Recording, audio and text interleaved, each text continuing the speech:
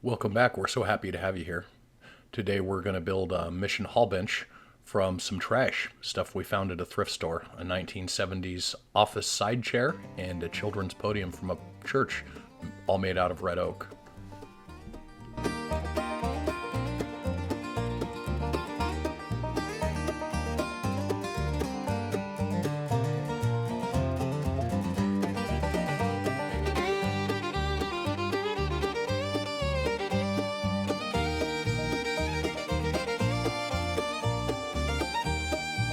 Funny thing, I say that this is a 1970s chair. It's actually 1970s in style. It had a tag inside it. It was made by Badger State Industries in 2017. Given the styling, I'm a little surprised. It's all mortise and tenon construction. Beautifully built out of red oak. Very clean material too.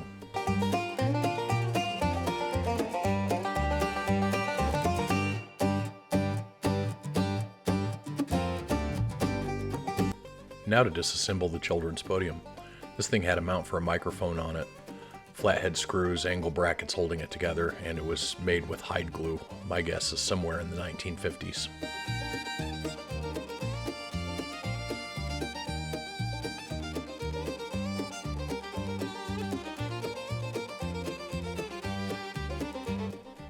The legs are going to be laminated, 3 pieces to get it up over 2 inches thick. And what we're laying out right now is the center lamination for those. This will be the template to make the legs in their entirety.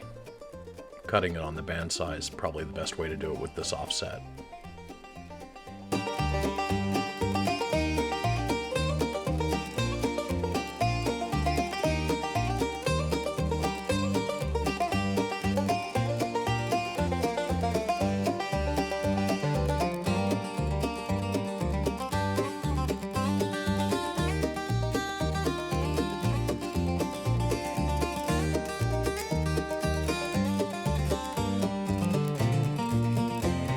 So my designs are primarily done in my head, and then I come up with a very basic shop drawing. As you can see, I'm a very talented artist. This just gives me an idea of my cut list as I'm milling these reclaimed pieces.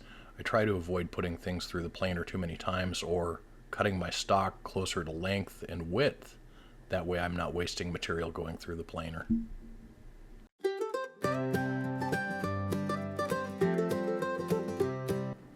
So if you remember from my primary videos, the majority of my stationary equipment is over 50 years old. This is all stuff I've purchased off of Craigslist and made work again. This table saw is a Sears contractor table saw with a Vega fence on it. I would absolutely love a safer saw like a SawStop, but these pieces don't sell very well. You know, you can have all the beauty in the world and nobody still wants to buy it. And the truth of the matter is you can't put a price on craftsmanship or heirloom quality. This is where we put all the stock through the planer. This is why I'm so careful to not put extra material through.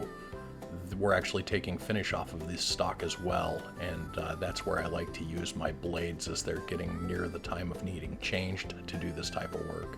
I'll change the blades when I'm working on fresh new stock. Or clean stock rather. So I've given up on trying to sell my pieces or make furniture for a living. I do better on the upholstery end of it. These pieces don't sell. This one's been listed for $575 for over a week now, and not a single contact has been made. It seems like the pieces that sell from furniture makers are either very charismatic people or the Amish out here do very well selling furniture.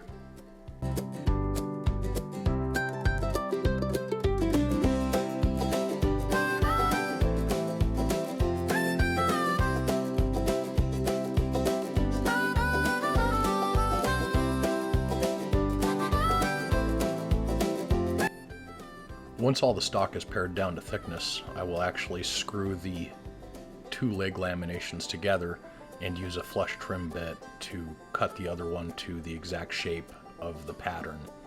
And then I will glue them all together and then route them as you see here.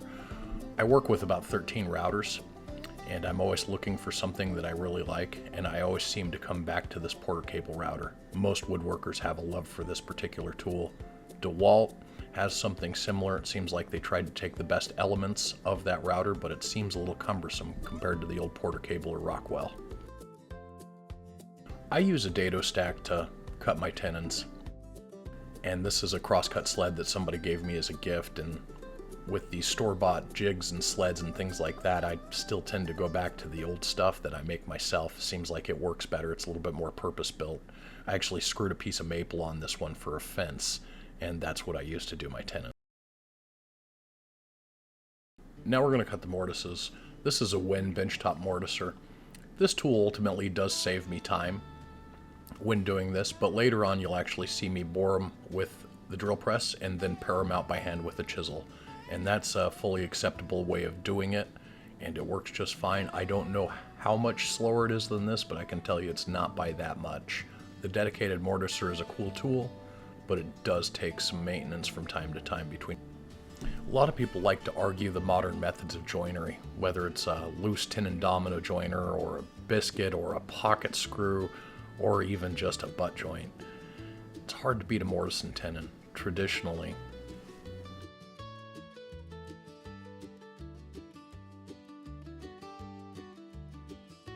The tenons on the backs of the arms had to be done entirely by hand.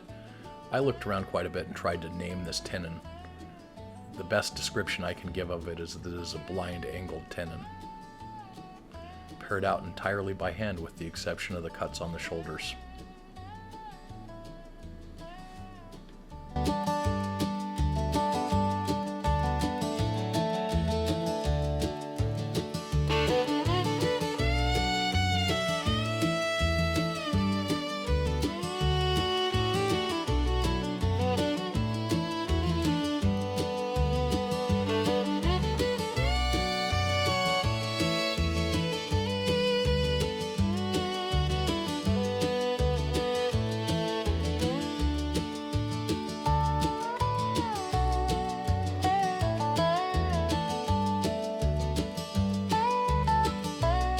A lot of satisfaction comes in doing tenons like this by hand. It gives me the ability to sneak up and get a pretty tight fit.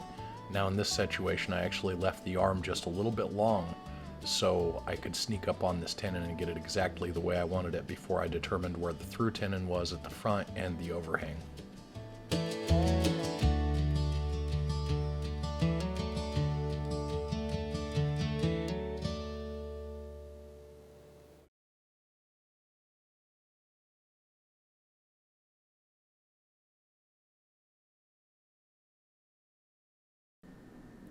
A very nice fit. Now we're boring for the through tenon at the front of the arm. This will be where the front leg penetrates through and be an 1.5" tenon on a 2" leg.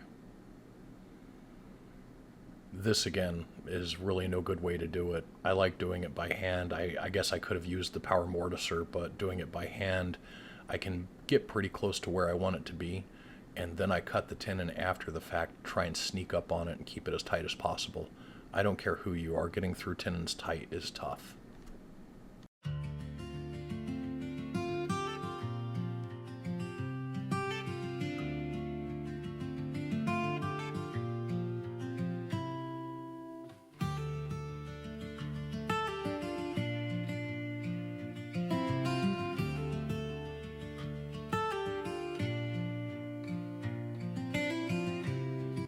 In this situation I use the router on the tenons, that way I can sneak up on it and keep them as tight as possible. This is actually a router table I made that screws on the edge of my bench, and it could still use a lot more refinement, but it does the job for now.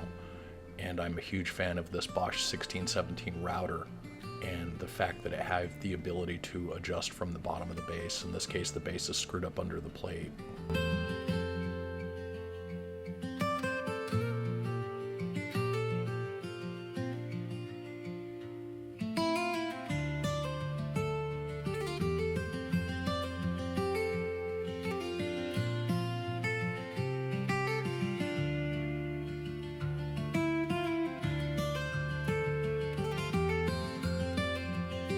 I've gone to great lengths to not bore you with extra footage, but at the same time to try and show each of the steps as relevant to the work.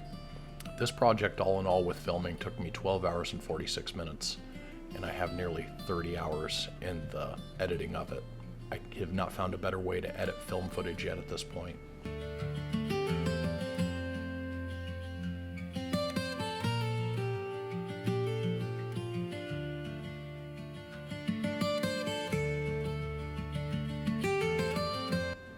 Cutting this tenon, you can see where the reclaimed material comes into play. There's actually a screw hole here.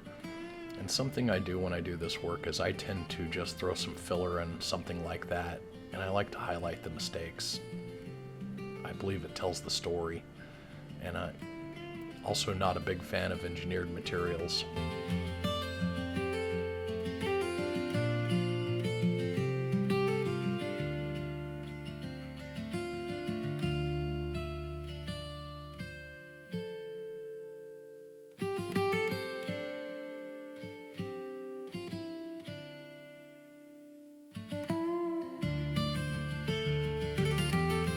Now we're boring the mortises. This is just a Forstner bit with the depth set on the drill press.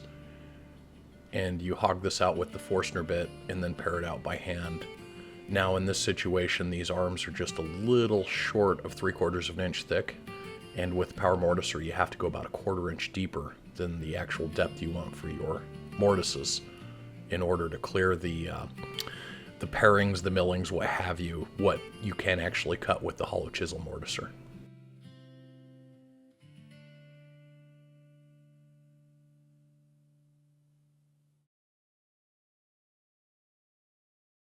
Paring out the mortises actually goes really fast. This is just a sharp chisel working on the long grain, and then on the end grain I have to use a mallet and a 1/4 inch chisel to tap it out. But I don't know that it's really that much slower than actually using the power mortiser.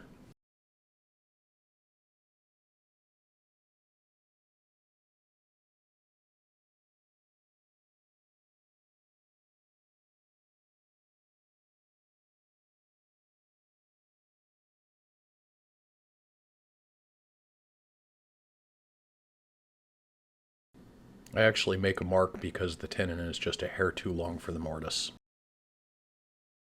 I tried to keep the router table footage to a minimum. This is another one of my pieces of reclaimed machinery. The router was $10 at a garage sale, and then the router table was $20 at another garage sale, and it does just fine for what it costed me. The Craftsman router is actually old enough to be American made. But I did, however, feel the need to show the relevance of running the stock across the router table. Traditionally, Stickley's work was done by just breaking the hard edges with sandpaper. I prefer it more refined than that.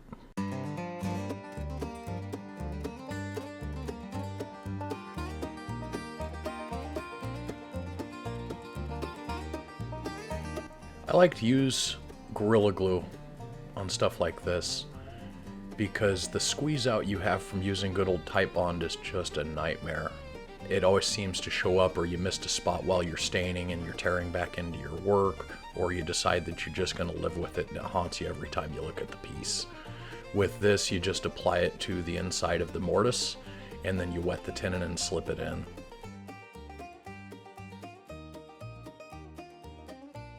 I'll also work with cheap clamps. I have a ton of pipe clamps that I've built over the years. These red ones were dirt cheap. I bought these off of Amazon. I think I got 12 of them for around $100, and then I bought some cheap pipe off Amazon to work with it as well. If it's a situation where I'm gluing up plates, I lay wax paper or masking tape over the pipes to prevent staining of the wood, where it reacts between the steel and the glue. This is part of my quest for symmetry. You see the one slat there in the middle with the bullseye and the grain. There's 11 slats on this back, and I actually put that one in the center. Same thing again with the Gorilla Glue. Nice and controlled, little or no squeeze out.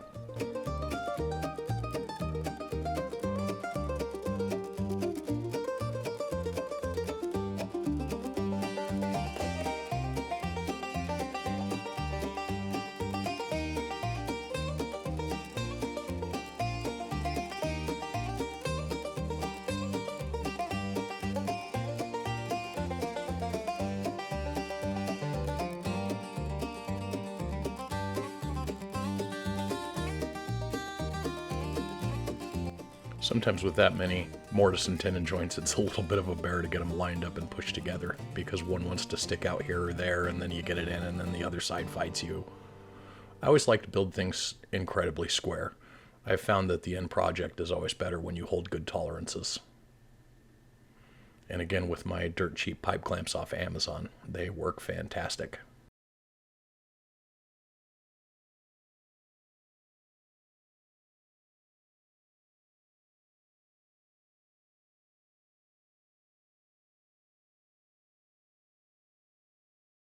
I like to spend a lot of time doing dry runs and test fitting before I actually open the glue bottle. It was Tamar on 3x3 Customs who made the comment about the open glue bottle syndrome, and I can totally relate to that. The amount of stress, and I've had things just go terribly wrong on glue ups to the point where I've actually been wiping off the glue, washing, and starting over.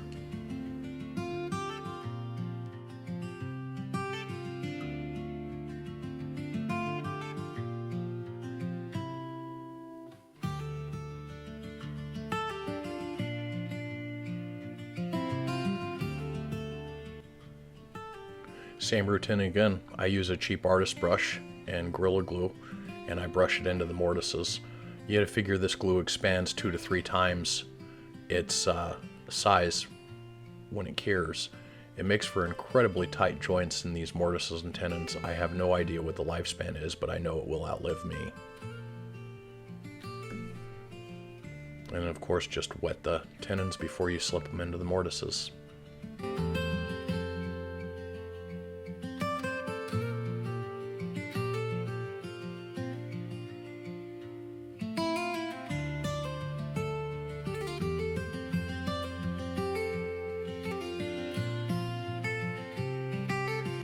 I like to do my glue ups over these router mats.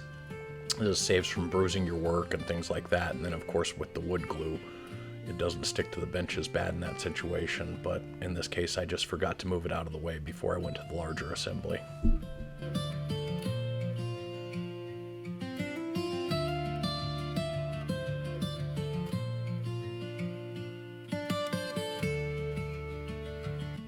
Now for the front stretcher or valance or whatever you want to call it. I put some arches in this work just to soften it. Still pays respect to Stickley, but maybe a touch of green in there.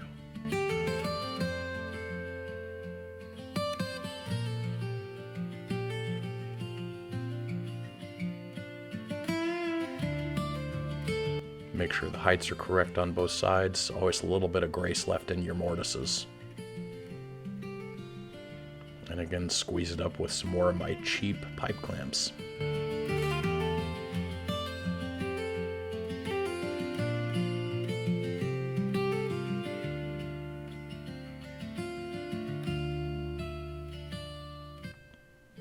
So we're coloring this with Varathane light walnut. The purpose for the light walnut is to try and give it more of a traditional color, as well as soften the white oak pieces that are in the mix here.